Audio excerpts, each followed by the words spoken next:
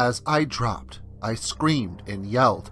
I begged for my salvation as I fell. Suddenly, my falling ceased, and I was in the hand of a giant beast.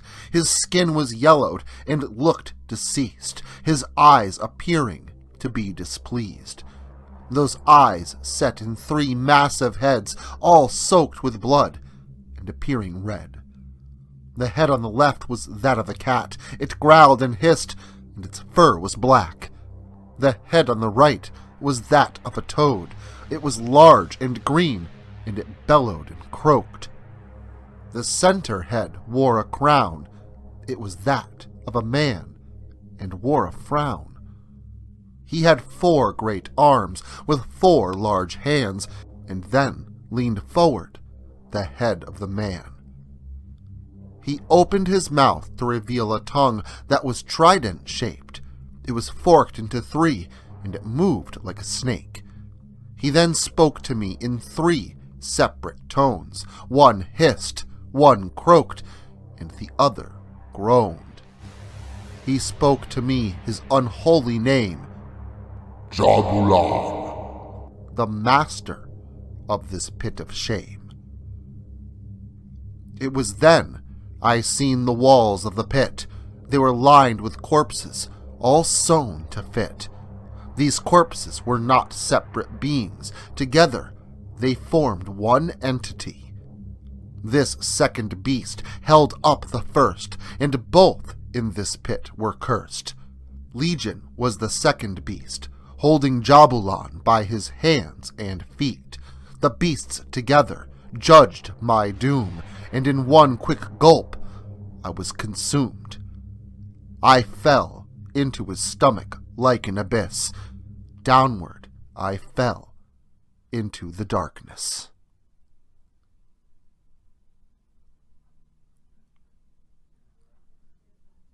I hit the bottom with a smack, and all around me there was only black. I laid there, sore, upon the ground, my surroundings all devoid of sound. And then, suddenly, in my head, a voice whispered, and to me it said, "This is what I give to those whose power full of evil grows. I give to them all you can see and hear. They can do as they please." I then replied to those words, "There is nothing here, and that's absurd." I had yelled, but there was no sound. I yelled out loud, but no voice came out. There were no sounds or sights to see, only the darkness that swallowed me.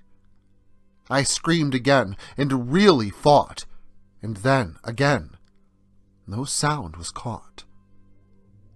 And then, again in my mind, I heard the voice for a second time. It told me how to find the truth in the land of hell's deepest roots, far beneath me, deep below, where the ground is frozen, white like snow. A flame appeared to light the path to a palace of frozen wrath. The ground here was frozen ice, and the sky above was black as night. I came up to the great ice palace, stretching and twisting, all filled with malice. I walked across a bridge so cold, over an endless pit below. The doors of the palace opened wide to reveal the darkness inside. Alone, I slowly walked through the doors, not knowing what I had in store. My body trembled from both fear and cold, a combination that pierced through my soul. The doors closed behind me once I was in, and dead ahead sat the Lord of all sin. I could not see him, for his back was turned, the air around him so cold my skin burned. I seen broken ice that pointed and arced with jagged edges that were razor sharp. I approached the ice thrown ahead of me, a sharp and jagged, frost-covered seat. I heard a laughter from its other side, maniacal and echoing far and wide. Then came footsteps from around its arms, and out stepped a figure in familiar garb.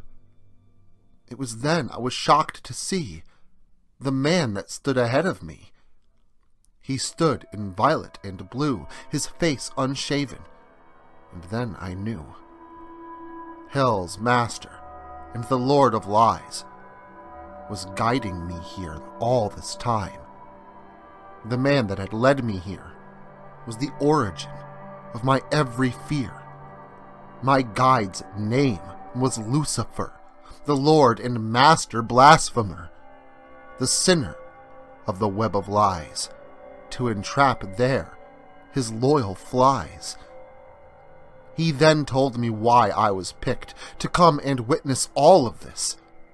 He said I was neither alive nor dead, but in my life I'd been misled. I had lived a life of sin, and then I hoped to be forgiven. Would my sins be forgot, or would I be left here to rot? It was then that his face changed, his features contorted and rearranged. His eyes sunk back into his face, with 2 dark holes they were replaced. His skin then loosened and sunk down, turning his mouth to a sagging frown. Every hair then slowly fell from his beard, and on each side of his face the balding was mirrored. Then, suddenly, from the ceiling, the floor and walls all around, came 100 chains, all rusty and brown. On each chain's end, a hook with a razor-sharp tip, which sunk deep into the flesh of his legs, his arms, his chest, and his hips. They also cut into his stomach, his face, his feet, and his hands, pulling his flesh until he appeared as no longer a man. He appeared now as a mass of flesh that bled until the chains split apart his head. His body began to split apart in a mass of gore, slowly revealing within it the beast's true form. First, out from the shell came a shadow-like mist, followed by 2 frost-covered fists. His skin was frost-bitten and had turned black and blue, not more one than the other, but a mixture of the two. Following the hands came 2 arms all covered in veins, blood frozen inside and burning with pain. The beast hid his face as he was revealed, fur-covered legs from his waist to his heels. His chest was cut open to reveal no heart, only a frozen ribcage broken and split apart. On his feet, all his toes had rotted away, and he stood there on stubs all black and decayed. His fleshy disguise had been ripped in 2 to reveal this beast, decaying and blue. His disguise hit the floor and rapidly rotted, right near his legs that were covered in hair that was knotted. The beast then finally showed his true face. It was void of emotion, with no features in place. There was really no face, just a smooth black surface, like a frost-covered dome, which I knew not its purpose. It was then its function I realized, when the smooth dome sprouted a mouth, a nose, and some eyes. His face transformed into a beautiful one, with piercing blue eyes and hair like the sun. His face went pale, but appeared to glow. I knew this was all a lie, just for show. He told me he could appear in any form, as grotesque and ugly, or gentle and warm.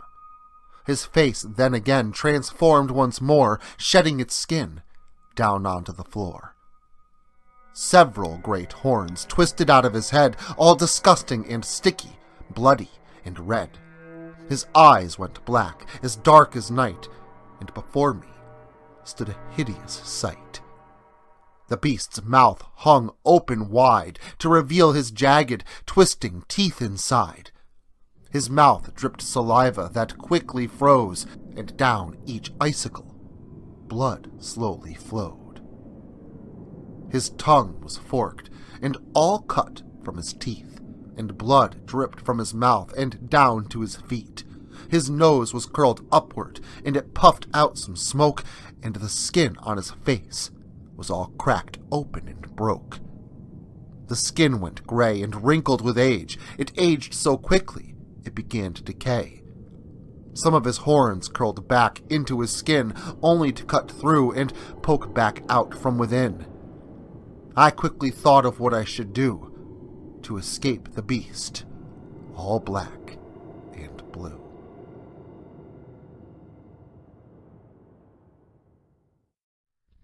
Social media can be very unpredictable, especially regarding horror content.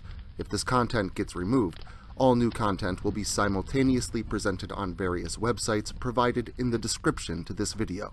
Make sure to follow me in other digital spaces so that you never miss out on the terror. Also, if you like this video, make sure to leave a comment and hit the like button. It helps the channel a lot. If you're new to the channel and you enjoy what's here, consider hitting that subscribe button and the notification bell so that you never miss an upload. Writing is a dream of mine, and it's all of you that make that dream come true.